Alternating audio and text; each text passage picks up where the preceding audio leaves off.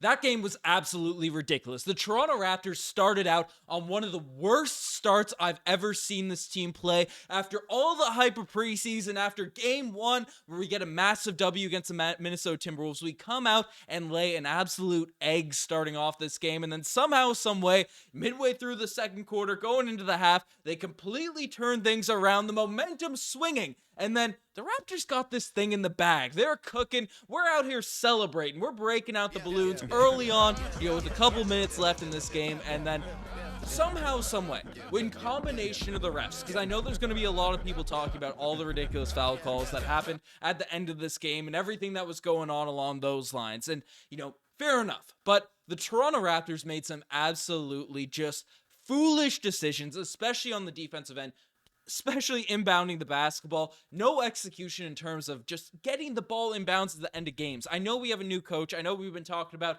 the vibes being switched up. So that's been the main focus. I get it. But man, we got to have some inbound plays that aren't, hey, let's give the ball to the guy that's being guarded by the biggest hound in the NBA and a guy like Alex Caruso. We got to just have more common sense than that. And the Raptors, again, this wasn't a horrible game by any means. It was the weirdest game. It was a frustrating game. The fact that we lost, it sucks. If we won it, we'd be out here hyped, elated that the team played some great defense, locked down the Chicago Bulls, and even after a disastrous, a horrific, a just completely grotesque start to the game, we're able to come back and handily, fight their way through. The execution down the stretch of the first two games of the NBA season and even some moments throughout preseason has led to some question marks. And personally, I'm still not distraught. I'm not frustrated about this team as nearly as much as I was last year. I'm still optimistic and excited about this squad, but the stuff down the stretch is the biggest issue. So that's what we're going to jump into. That's what we're starting off with in this game, because as mentioned, the Raptors sort of had this game in the bag for multiple moments throughout this one, but just on the side of the inbounds, right?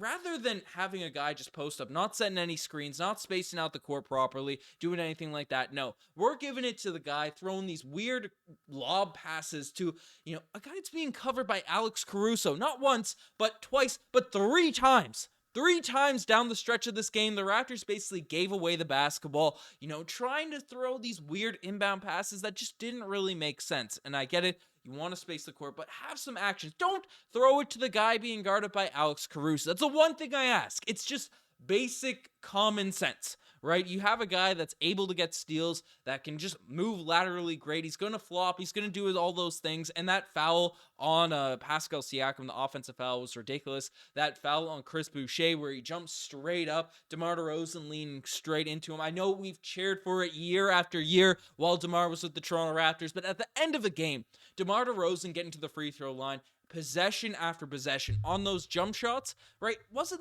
those shots supposed to be taken out of the rule book? Those, pump fakes, and then you jump straight into them and you hoist that jumper up.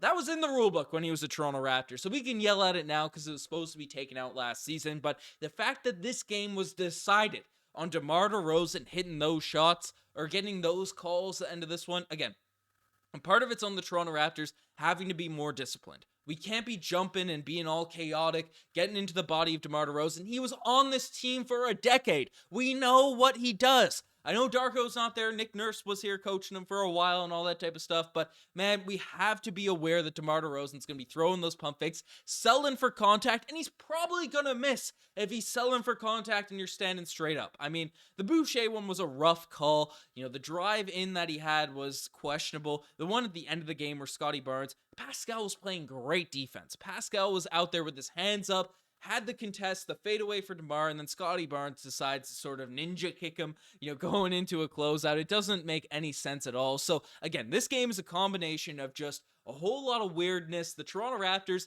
playing well and then putting themselves into just stupid situations, and it came back to bite them at the end of this game. The OG's moment of this one is Alex Caruso just hitting that clutch shot down the stretch. Also, DeMar DeRozan's free throws and stuff, and frankly, we got a little bit of a break with DeMar DeRozan, who's one of the best free throw shooters in the entire NBA, missing 3 clutch free throws that would have really sealed the deal for the Toronto Raptors, but all of that was extremely frustrating. But again, the Raptors' defense was amazing in this one. Scottie Barnes will get to his performance. The Raptors had a lot of guys perform well in this game. But the biggest question mark is, down the stretch, how are we going to execute? I can't harp away from this point enough because, I mean, forget the inbounds plays. Maybe we'll figure that out. It's a new coach, a new system.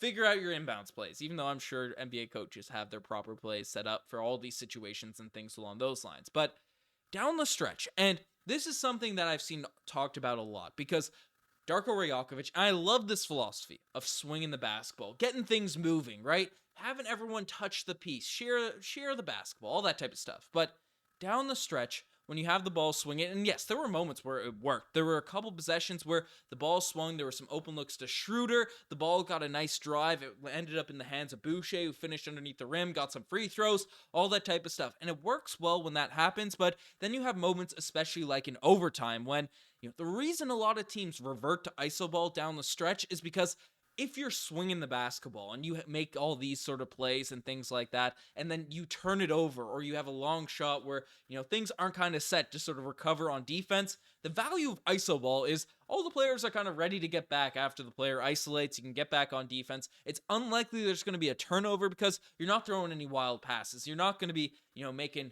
quick decision making, and the ball's in your best player's hands and you're creating that shot.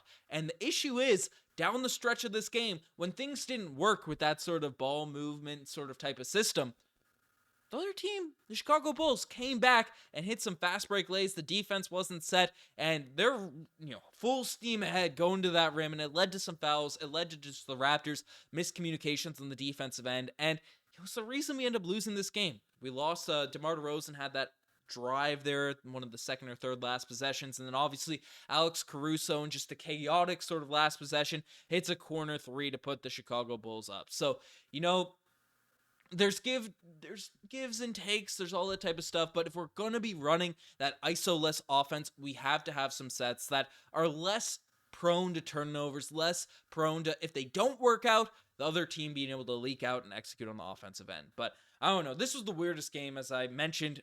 Horrific start, amazing middle, just weird calls, weird decision making on the inbounds and fouls at the end. It's the only way to really summarize this game. Am I concerned now about the Toronto Raptors more so than I was last game? No, we talked about in last game's post-game reaction. The Raptors had some issues, had some things to figure out regarding executing down the stretch. So that's the case when we won. It's the case now that we lost.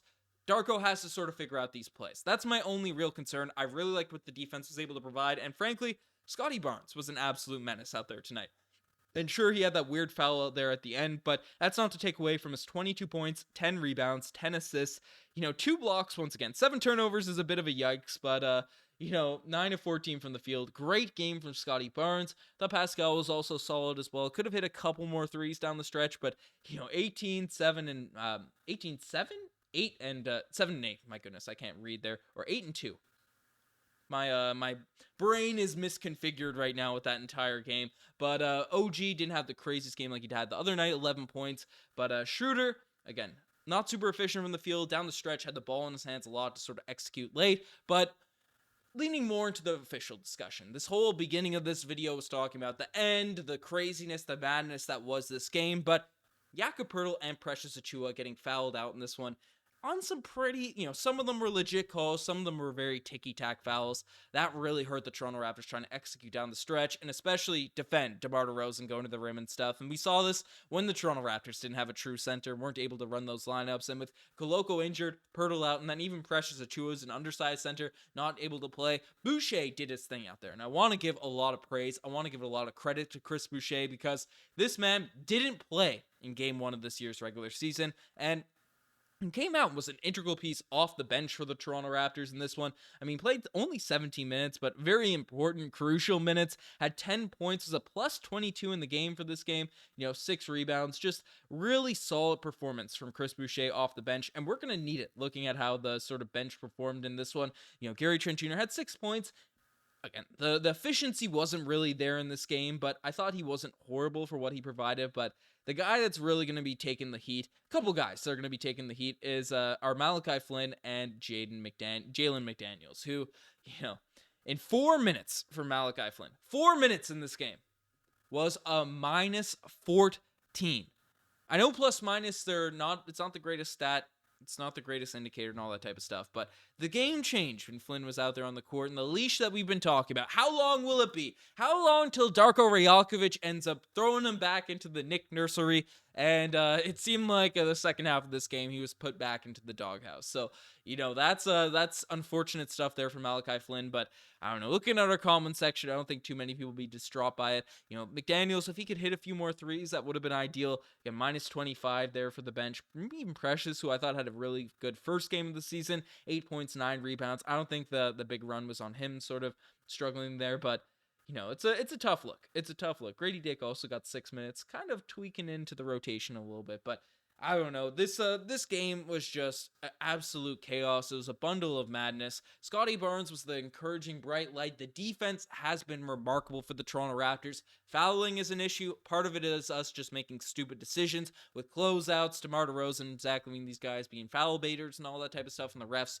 making some questionable calls, but it's all a combination of all that. Needs to be fixed. Execution down the stretch needs to be fixed. Those are things that I think can be tweaked, can be fixed for this Toronto Raptors squad. So I'm not that frustrated. I'm not that sad moving forward. But things to be looked at for upcoming games, for upcoming, I think we played the Sixers tomorrow night. So hopefully the Toronto Raptors are able to get a W there. But let me know what you guys think about this Toronto Raptors game.